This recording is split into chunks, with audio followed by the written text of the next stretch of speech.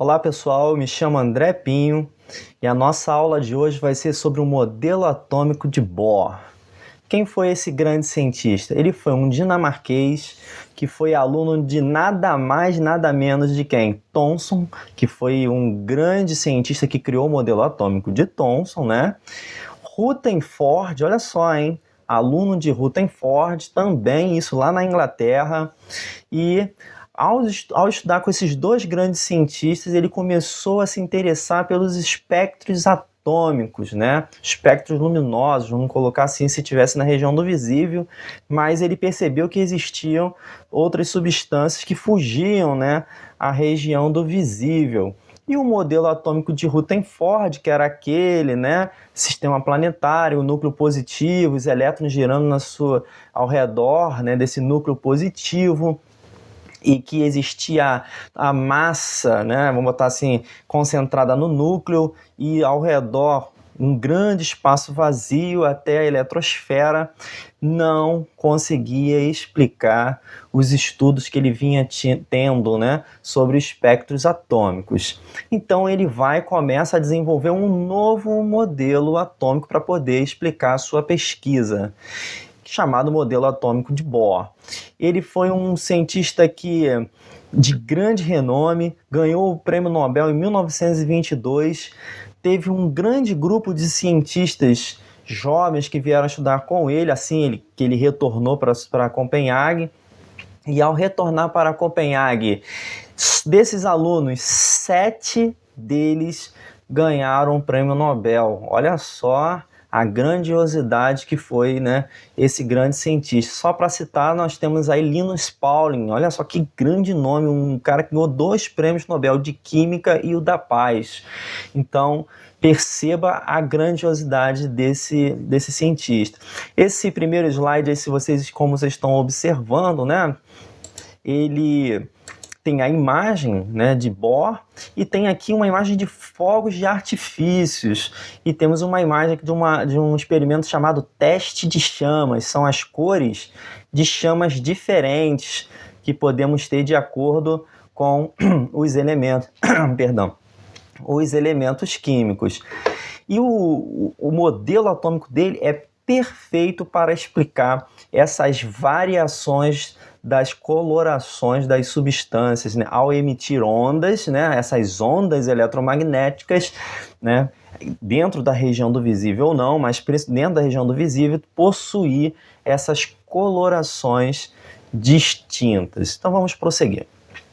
Bom, como é que começou essa história? Então ele tinha lá o espectro atômico, nós temos aqui uma luz branca passando por uma fenda, passando por um prisma, né? Esse prisma, ele vai, né, em um filme fotográfico, formar esse espectro contínuo da luz visível. Por que isso? Porque as ondas eletromagnéticas, elas possuem frequência e possuem comprimento de onda. E a luz é uma onda eletromagnética, lembrando que você tem as ondas mecânicas e as ondas eletromagnéticas, né? Então essas ondas eletromagnéticas, nossos olhos não conseguem enxergar todos os comprimentos de onda. Existe uma coisa chamada região do visível, né? Que é onde a gente consegue enxergar, que está lá em torno de 400 nanômetros a 700 nanômetros. Essa região de comprimento de onda, a gente chama de região do visível. Nossos olhos são capazes de enxergar, né, essas cores dentro desse espectro contínuo. Só que o experimento dele, se ele pegasse, por exemplo, uma lâmpada, né, de um gás, vamos colocar gás hélio, que é nesse caso aqui, hidrogênio, seja lá, vai variando, né? Pode ser alguns outros tipos de gases, né? Pegando o gás hidrogênio, gás hélio, vapor de sódio, e fizer o mesmo experimento, o que ele vai observar? Que essa luz, ao passar pelo prisma, vai montar um espectro, olha só o espectro, diferente do espectro de uma lâmpada convencional, de uma lâmpada comum. E vai aparecer essas linhas aqui, ó, com colorações diferentes. Ou seja, o modelo atômico de Rutherford e muito menos o de Thomson eram incapazes de poder explicar esse fenômeno, né? Não tinha como explicar o espectro de linha de outros gases, ok? Então ele vai aprofundando seus experimentos e ele vai chegar a algumas explicações. Então temos aqui o exemplo do espectro atômico de linhas, né, de algumas substâncias. Por exemplo, o sódio. O sódio emite no laranja. Então, você tem o metal sódio, tá lá laranjão. Se você aquecer ele, emite laranja. Exemplo, já viram essas luzes de iluminação pública, desses postes, como a luz é bem laranja? O nome daquela lâmpada dali é lâmpada de gás de sódio, por isso que a coloração é laranja. Se você, por exemplo, deixar uma água salgada cair sobre a chama lá do fogão, a sua mãe ou você, né, se você for maior de idade ou sua mãe permitir que você faça isso, seu responsável, caiu um pouquinho de água lá no fogo, a chama fica logo alaranjada, aquele laranjão forte. Por que aquilo? Porque é o espectro do sódio. O sódio emite a coloração laranja quando aquecido, ok? Quando recebe energia. Olha o hélio, ele vai emitir uma série de faixas, olha as linhas do hélio. Olha o hidrogênio. Observe que eles são diferentes. Quando você pega o espectro, eles são diferentes. Ou seja, cada átomo, né, vamos colocar cada elemento, ele possui uma identidade, que seria esses espectros aqui, ó, espectros atômicos para cada elemento químico. Isso é formidável, isso é magnífico. Por quê? Porque a partir desse espectro, sabendo que cada elemento, né, emite tem uma faixa, né, de coloração diferente, tem esse espectro atômico diferente, você consegue identificar se existem certos elementos presentes em alguns lugares. Por exemplo, em algum planeta que venha a ser descoberto, numa estrela. Porque você aponta o telescópio para aquela região, recebe, né, as luzes que estão vindo de lá e você consegue pegar, né, criar esses espectros, analisar esses espectros. E aí você vai comparar, olha, eu achei um espectro vindo de lá de um dado lugar no espaço e ele é idêntico ao de sódio. Aí você vai concluir o quê? Tem sódio naquele lugar. Vai achar um desse aqui, hélio. E assim sucessivamente. Olha o hidrogênio. Se apontar para uma estrela, ou vamos dizer assim, uma nebulosa que tem bastante hidrogênio, a luz que vier de lá, certamente eles vão encontrar esse espectro aqui e eles vão confirmar, né, com exatidão que tem hidrogênio presente naquele lugar, porque a luz que vinha de lá carregava sobre si esse espectro aqui, que é derivado de quem? A identidade do hidrogênio. Então foi além de muitas outras aplicações, aqui eu estou sendo bem resumido, ok? Só para vocês terem ideia da contextualização. Então, cada elemento vai, ao ser excitado, vamos dizer assim, que se ele receber energia de alguma maneira suficiente, ok? Uma energia quantizada, né? Você vai ter uma emissão de uma coloração, de uma luz dentro de uma coloração distinta. E por isso que no slide anterior tinha os fogos de artifício. Então, ele vai e cria alguns postulados para poder, o postulado de Bohr, para poder explicar esses fenômenos. Eu vou ter que ler aqui, né, porque eu não sou muito fã de ficar lendo slides assim, mas eu acho que é ideal, porque é isso que aparece aí nos livros e dentro da sua dúvida. Vamos ver aí explicar cada um deles. O que ele vai propor? Olha, os elétrons nos átomos movimentam-se ao redor do núcleo em trajetórias circulares, chamadas de camadas ou níveis, ou seja, ele vai dizer que o núcleo está ali e que essa trajetória ela é circular, tá? Então, e outra coisa, que os elétrons, esses elétrons eles se localizam em outras camadas, que existem outras camadas no átomo e que esses elétrons sempre estarão nestas camadas, ok? E ele nomeou, minha garganta hoje está horrível, ele nomeou essas camadas, chamando a primeira camada, aquela mais próxima do núcleo de K, e assim sucessivamente, né? K, L, M, N, O, P e só que é infinita, só que até hoje a gente só conseguiu encontrar elétrons presentes na camada Q, mas ele definiu que poderia ter infinitas camadas, mas só foi encontrado até a camada Q. E essas camadas também são chamadas de nível. Então você tem o nível K, ou nível 1, L, nível 2, né? Camada L, nível 2, camada M, nível 3, e assim vai indo até a 7ª camada. Cada um desses níveis tem um valor determinado de energia. Então ele está dizendo o seguinte, olha, a camada K tem uma quantidade de energia diferente da camada L, que é diferente da camada M. Ok? Então cada camada possuía uma quantidade de energia definida. Outra coisa, não é permitido um elétron permanecer entre dois níveis de energia. Então, ele tem a camada K, o nível 1, a camada L, o nível 2. Entre essas camadas, não é possível ter elétrons ali. Ou ele vai estar na camada K, ou ele vai estar na camada L, M, e assim vai indo. Não consegue encontrar elétrons no meio dessa camada, ok? Então, esse é o postulado dele. Outra coisa importantíssima, que é a parte que vai explicar, basicamente, né, vai começar a explicação daquela coloração diferente dos espectros, vai ser o seguinte, um elétron pode passar de um nível para outro de maior energia. Então, se o elétron está na camada K, ele não pode ficar entre, mas ele pode ir para a camada L, M, N, O, P e Q, ok?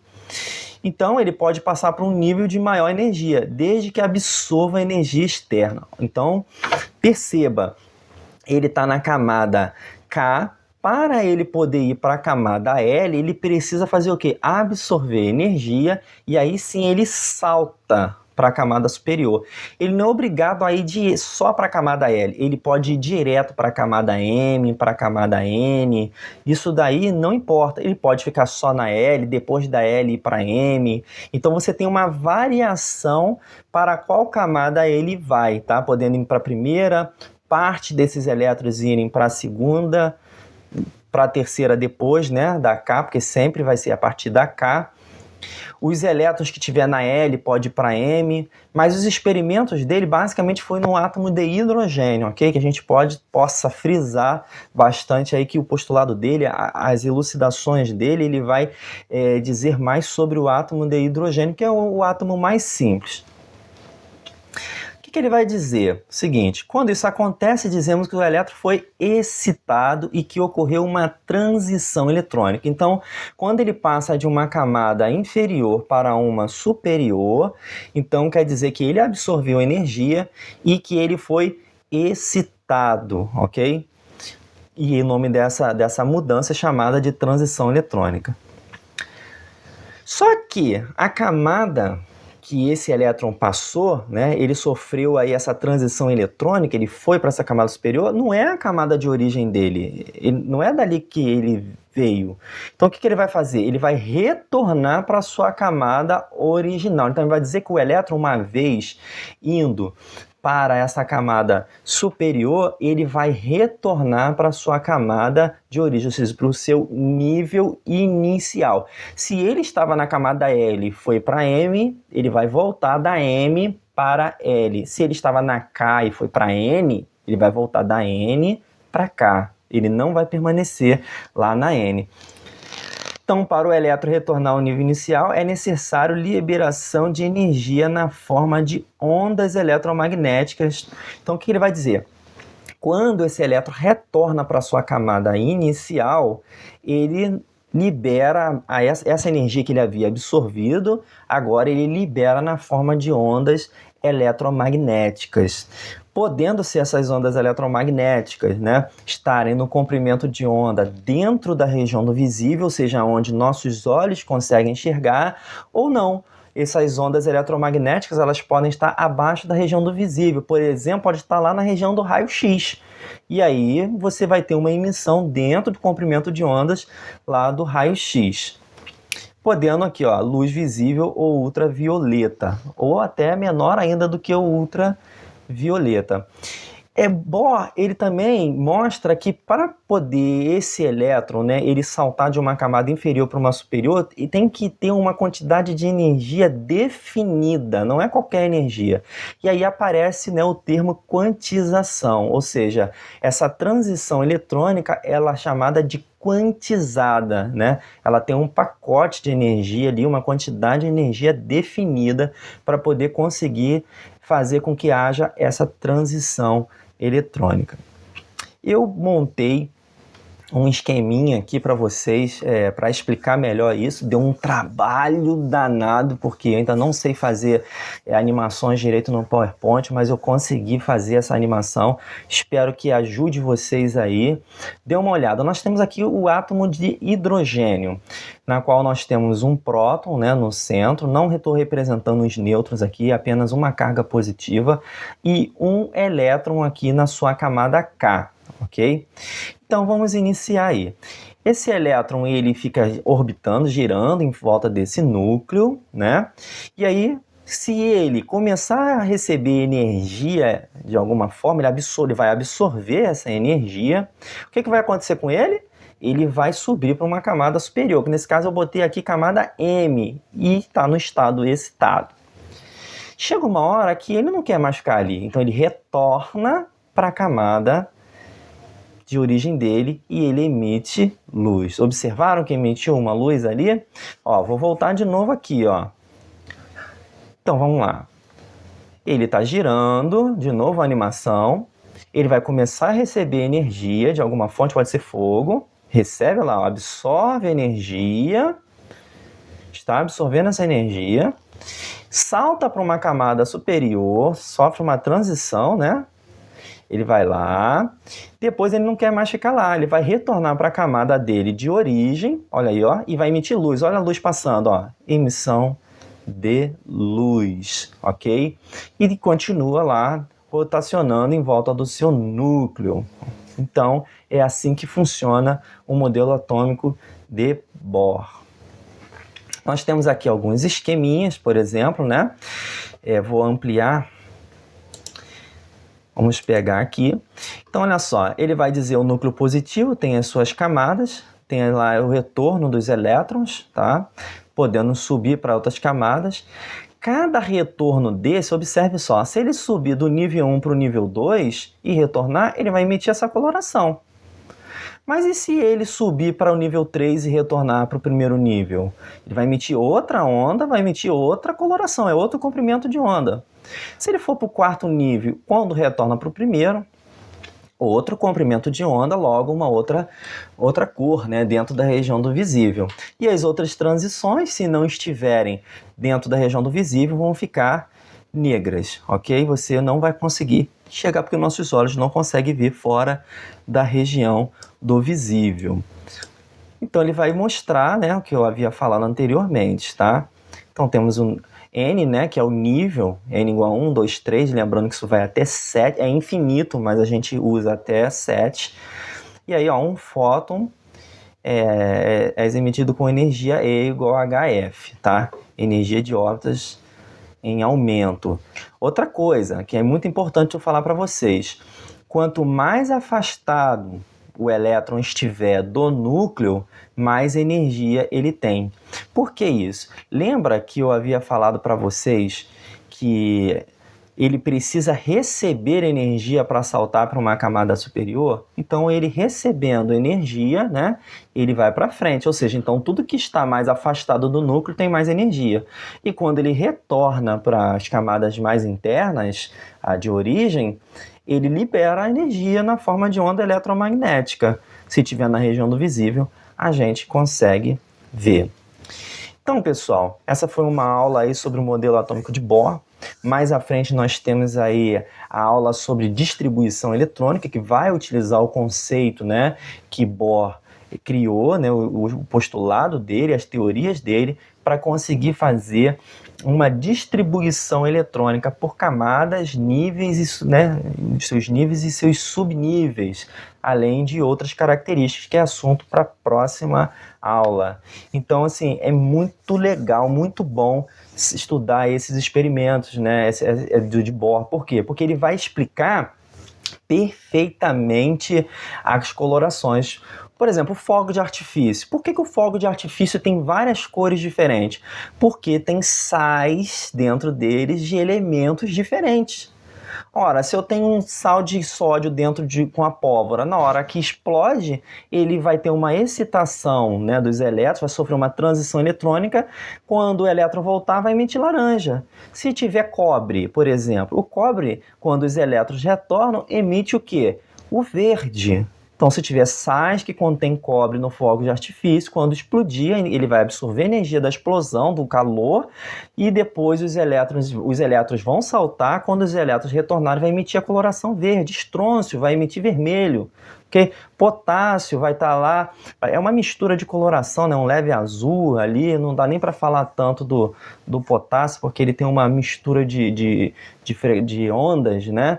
Então, mas enfim, você tem aí uma série de sais misturados que vão emitir colorações diferentes. Isso não tem só a ver com o sal. Olha a cor da chama do seu fogão quando tá lá, né, bonitinho, nem uma coloração azul, você não vê um fogo azul lá? Então essas colorações, elas têm a ver, elas têm explicação com o modelo atômico de Bohr. Então, pessoal, espero que tenha sido uma aula produtiva. Não esqueça de se inscrever no canal, né? E não esqueça de dar aquele like para fortalecer aí o canal, a gente conseguir mais inscritos e esse canal ficar mais relevante, ele poder aparecer para mais pessoas. Grande abraço a todos aí, até a próxima aula, ok? Sobre distribuição eletrônica. Um abraço a todos.